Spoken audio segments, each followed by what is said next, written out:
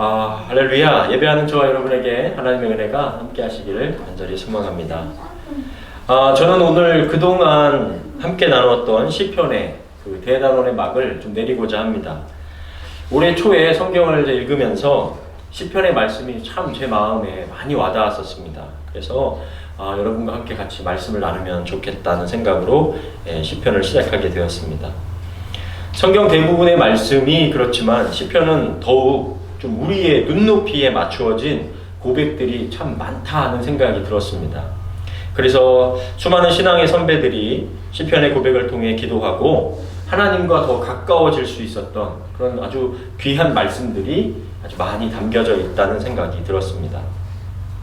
오늘 시편을 마무리하면서 어떤 시편의 말씀을 나눌까 고민하다가 이 시편 139편 이후로 특별히 146편에서 150편까지의 이 시편의 주제가 똑같았습니다.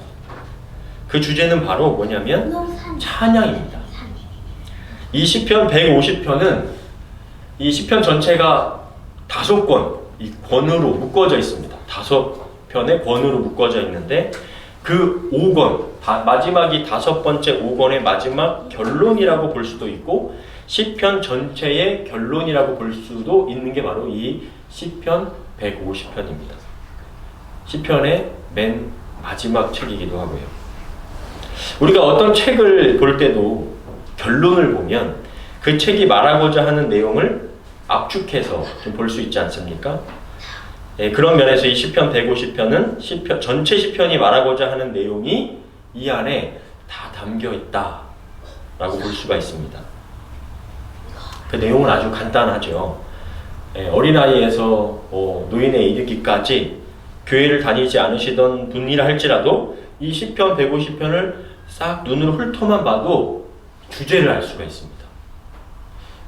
주제가 뭘까요? 그렇습니다. 훌륭하십니다. 바로 하나님을 찬양하라는 거예요.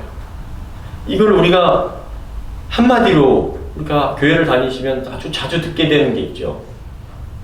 하나님을 찬양하라. 이게 뭘까요? 할렐루야입니다. 제가 설교를 시작하기 전에도 마치 인사하듯이 매번 하는 말이죠. 할렐루야, 예배하는 저와 여러분에게 하나님의 은혜가 함께 하시기를 소망합니다. 이 할렐루야, 이 말은 하나님을 찬양하라는 히브리 말이에요. 시편 150편 총 6절밖에 되지 않는 이 말씀에 찬양하라는 단어가 이 간접적인 명령형까지 포함해서 총 13번이 사용되고 있습니다. 제가 조금 더 어릴 때 지금보다 좀 더 전통적이고 보수적인 또 권위적인 사회 속에서 이 무엇 해라, 뭐 해라 라고 하는 이 명령적인 형태의 말을 들으면 그렇게 거부감이 들지 않았습니다. 그러나 최근에는 이렇게 다원화되고 개인주의화되고 객관화된 사회 속에서 아무리 좋은 말이라도 뭐 해라 라고 하는 말은 듣기가 거북하죠. 그런데 왜 성경은 좀 더 부드러운 말, 고운 말, 또 완곡한 말로 하나님을 찬양하라, 찬양하십시오 이런 명령 이렇게 하지 않고 하나님을 찬양하라 라는 이런 명령형을 사용해서 하나님을 찬양하라고 했을까? 한마디로 표현하면 중요해서 그렇습니다. 여러분, 우리가 팬데믹을 겪으면서 너무나 많이 듣고 또 한 일이 있죠. 그동안 국민의 인권을 중요하게 여겨서 개인의 자유를 존중해 주었지만 팬데믹이라는 국가 재난 상황이 되니까 마스크 쓰는 것을 의무화했었고, 다시 말해 국가가 개인에게 명령했고요. 거리두기와 모이는 행위까지 규제를 했었습니다. 유럽 같은 경우는 아예 국경을 넘어갈 수 없게, 또 중국 같은 경우도 국경을 차단해버리는 그런 일들을 했죠. 이것은 할 수 있으면 그렇게 하세요의 권고가 아니라 의무를 뜨는 명령이었습니다. 왜 그랬습니까?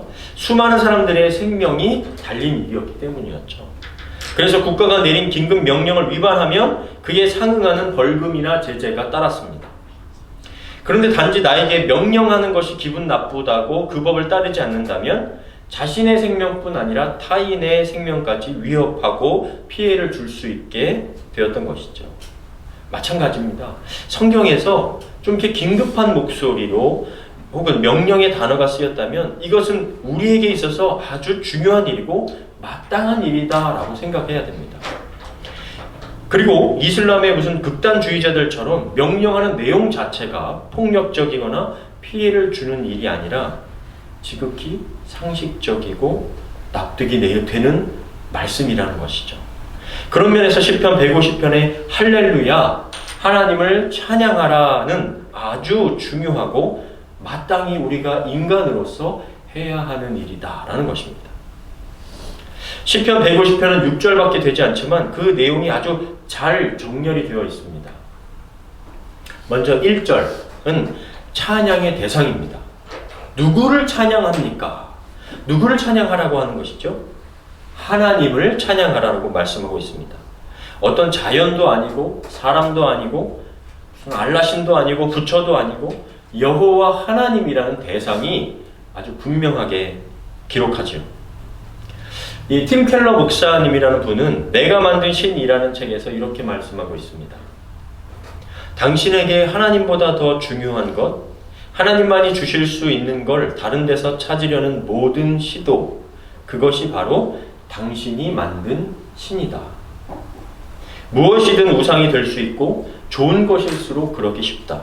그리고 그 우상은 반드시 실망과 환멸을 가져온다. 인간의 마음은 우상 공장이다. 즉 참으로 하나님을 대체하지 않으면 계속 대상만 바뀔 뿐이다. 그렇습니다. 우리가 찬양하는 대상이 우리를 만드신 하나님이 되지 않는다면 우리는 수도 없이 이 우상을 바꾸는 마음의 공장에서 색다른 우상을 만들어내느라 분주하게 될 수밖에 없습니다. 그래서 찬양의 대상을 분명히 해야 하죠. 그렇지 않으면 내가 좋아하는 일이 될 수도 있고 사람이 될 수도 있고 물건이 될 수도 있고 뭐 자녀가 될 수도 있고 정말 수많은 우상들이 나의 주인이 되어서 계속 대상만 바뀌고 실망과 환멸과 인생의 허무함만을 느끼며 살아가는 그런 인생이 될 수밖에 없다는 것이죠.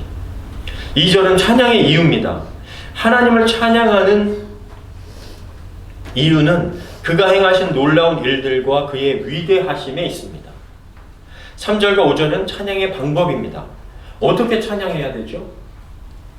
모든 악기와 목소리, 춤, 할 수 있는 모든 방법을 통해서 하나님을 찬양하라고 말씀하고 있습니다. 과거에 보수적인 교단에서는 이렇게 기타, 또 드럼, 뭐 소리가 큰 것은 세상 음악에서 사용되는 것은 교회에서 사용할 수 없도록 한 때도 있었습니다. 뭐 색소폰 같은 거, 뭐 이런 거는 막 어디죠? 뭐 이렇게 가라오케 뭐 이런 데에서 막 사용되고 하니까 그런 거는 교회에선 들여오지도 못했을 때가 있었습니다. 그런데 오히려 그러한 생각은 세상과 교회를 성과 속으로 구분짓는 이원론적인 사고방식이었습니다. 어떤 악기가 문제가 아니라 악기를 어떻게 사용하느냐, 무엇을 위해 사용하느냐가 더 중요한 것이죠. 칼이 강도의 손에 있느냐 아니면 셰프의 손에 있느냐에 따라서 사람을 죽일 수도 있고 사람에게 건강하고 맛있는 음식을 만들 수도 있는 것과 마찬가지입니다. 우리가 이 도구를 어떻게 사용하느냐가 더 중요하다는 것입니다. 우리는 우리에게 주어진 모든 것을 동원하여 하나님을 찬양할 수 있다는 것을 믿으시기 바랍니다. 성경은 모든 것을 다 동원해서라도 하나님을 찬양하라고 말씀하고 있습니다. 마지막 6절을 보시면요, 찬양의 주체에 대해서 말합니다. 누가 하나님을 찬양하는가? 살아있는 모든 피조물들아, 호흡하는 모든 생명체들아, 여호와를 찬양하라. 할렐루야. 들의 꽃과 나무, 풀, 모든 것들이 하나님께서 만드신 것입니다. 그래서 그 모든 것들이 하나님을 찬양하는 것이죠. 그렇습니다. 찬양은 우리가 호흡이 붙어있는 동안 계속 되어야 하는 것입니다. 그러면 더 구체적으로 우리가 좀 생각해 볼 게 있죠. 찬양은 무엇이죠? 찬양이 뭐죠 도대체? 하나님을 찬양하라고 했는데 찬양이 뭡니까? 우리가 교회에서 부르는 찬송가만을 찬송가 그것이 찬양인가요? 그것만 하는 것이 찬양입니까? 그것은 반은 맞고요. 반은 틀린 것입니다. 찬양이라는 단어를 국어사전에서 찾아봤습니다. 그 의미가 뭐냐면 아름답고 훌륭함을 크게 기리고 드러냄. 이게 찬양이에요. 그러니까 찬양은 어떤 개체가 됐든 인물이 됐든 주제가 되었든지 그것을 크게 기리고 드러내는 것입니다. 존경을 표하고 경의를 표하고 칭찬과 칭송을 하는 것입니다. 그렇게 생각하면 우리가 일상생활에서 얼마나 많이 찬양을 하면서 살고 있는지 모르죠. 요즘 최근에 인기 있는 드라마가 있더라고요. 막 언론과 SNS, 주변 지인들까지도 막 꼭 봐야 된다고 막 그랬습니다. 난리가 나더라고요. 그래서 혹시 보셨습니까? 네. 자폐를 가진 변호사가 활약을 하는 우영우라는 드라마입니다. 하도 보라고 추천들을 해서 저희도 시청을 하기 시작했습니다. 자폐를 가진 한 인물의 우여곡절을 잘 표현하고 장애우에 대한 편견에 대해서 잘 풀어내는 연기도 아주 훌륭하게 잘 해서 정말 칭찬받을 만한 그런 드라마인 것 같습니다. 이렇게 한 드라마에 대해서 칭찬하고 칭찬하는 것, 이게 찬양입니다. 잘못된 찬양의 대표적인 형태도 있죠. 김일성 주석을 찬양하는 것. 네. 친애하는 아버지 동무를 찬양합니다. 막 이러면서 김일성 이번에 언론에 보니까 김정은이 코로나에 걸려가지고 눈물을 흘리면서 북한 주민들이 슬퍼하는 모습을 언론에서 보게 됐었습니다. 이것도 찬양입니다. 그런데 잘못된 찬양이죠. 또 노래는 어떻습니까? 한국의 빌보드 차트까지 석권하는 BTS의 노래고요. 과거 엘비스 프레슬리, 비틀즈, 영화로 다시 인기를 얻은 퀸의 노래들. 사람들은 이 사람들의 노래와 가수를 굉장히 높이 칭찬하죠.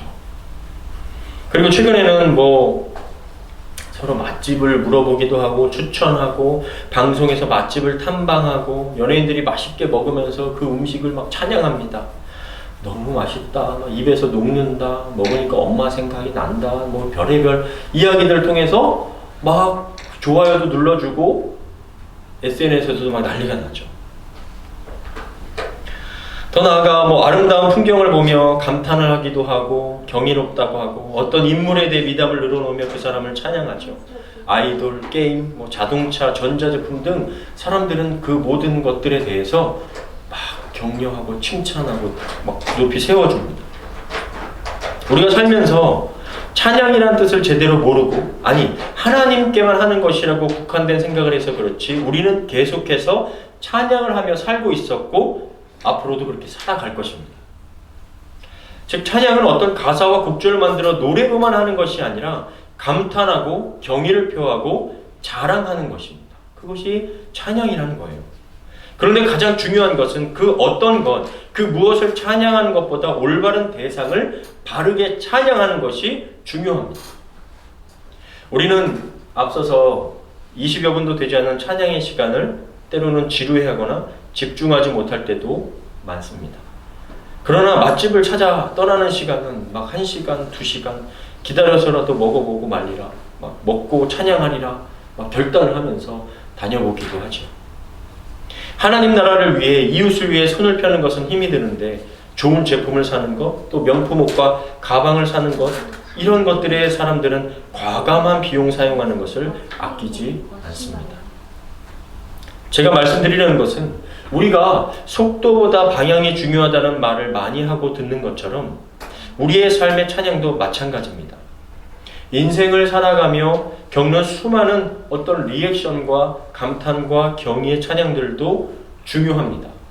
그것은 우리가 살아있다라는 것을 표현하는 증거이기 때문입니다. 하지만 가장 중요하고 의미 있고 본질적인 하나님을 높여드리고 하나님을 감탄하고 하나님을 자랑하는 찬양을 우리가 정말 무엇보다도 다른 무엇보다도 기쁘게 올려드릴 수 있는 삶을 살 수 있기를 바랍니다. 저는 몇 주 전 제가 찬양으로 섬기고 있는 크로스교회 목사님의 설교 가운데 제게 와닿았던 한 문장이 있었어요. 그것은 C.S. 루이스라는 기독교 작가의 말이었습니다. 한번 같이 읽어볼까요? 시작. 분주하다는 것은 게으름의 증표이다. 무슨 뜻일까요? 이해가 되십니까? 바쁜데 게으르다니요? 피곤해 지쳐서 쓰러질 정도로 분주하게 살고 있는데 게으르다. 나는 하나님을 위해 열심히 분주하고 바쁘게 살았다고 생각했는데 게으르다. 좀 기분 나쁜 표현으로 들립니다. 우리가 게으르다는 단어를 떠올리면 어떤 의미가 좀 생각이 되십니까? 해야 할 일이 있는데 하지 않고 미루는 모습이나 움직이거나 일하는 것을 싫어하고 좀 이렇게 늘어져 있는 모습을 떠올리게 되죠. 그래서 그걸 게으르다라고 우리는 생각을 합니다. 그런데 C.S. 루이스는 하나님과 멀어진 열심 있는 삶을 게으름으로 표현한 것입니다. 참 저는 아주 중요한 지적이라고 생각이 들었습니다. 성경에서 말하는 죄라는 말도요, 하마르티아라고 하는 헬라어인데 관역에서 빗나가다라는 말입니다. 우리가 이렇게 활을 당겨서 관역을 향해서 활시위를 당깁니다. 정중앙으로 가지 않고 전혀 다른 곳으로 가는 것을 바로 죄라고 그 헬라어 하마르티아라고 표현하는 것입니다. 즉 죄는 하나님과의 올바른 관계가 벗어나 있는 것을 죄라고 표현하는 거예요. 그렇다면 찬양도 마찬가지 아닐까요? 우리가 에 대한 찬양, 노래, 드라마, 영화, 자연 그런 것들 수많은 찬양할 수가 있는 거죠. 그런데 그와 같은 찬양들은 본질에서 벗어난 열심 있는 찬양이라는 것이죠. C.S. 루이스의 표현을 빌어서 표현하면 게으른 찬양이 되는 거죠. 그와 같은 것들에는 덜 열심을 내도 될 찬양들입니다. 지난주 한 기사를 보니까 한 유명 먹방 유튜버 햄지라는 사람이 있더라고요. 그분이 구독자 1천만 명을 돌파해 다이아 버튼을 받는다 라는 소식을 들었습니다. 우리가 참 이 시대 속의 유튜버들을 좀 무시할 수가 없잖아요. 이 유튜브를 1천만 명이 넘는다는 거예요. 그래서 다이아 버튼을 한국 사람으로 처음 받는다는 것 같아요. 그래서 그게 아마 뉴스에 올라왔던 것 같습니다. 이분의 특징은 표정 멘트 없이 음식만을 만들어 먹는데요. 그런데 10,000명도 아니고요, 10,000,000명이 이분의 먹는 것을 구독하고 우리식으로 표현하면 찬양하는 거죠. 그분의 노력을 폄하하자는 게 아니라 우리가 그와 같은 찬양에 열심을 내기보다 그 찬양의 우선순위의 방향을 하나님께 먼저 드리자라는 거예요.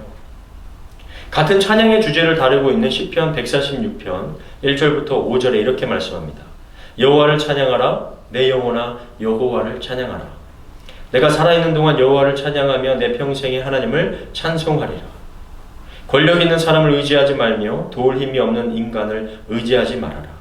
사람이 죽으면 흙으로 돌아가게 되는데 그날로 모든 계획이 수포로 돌아갈 것이다.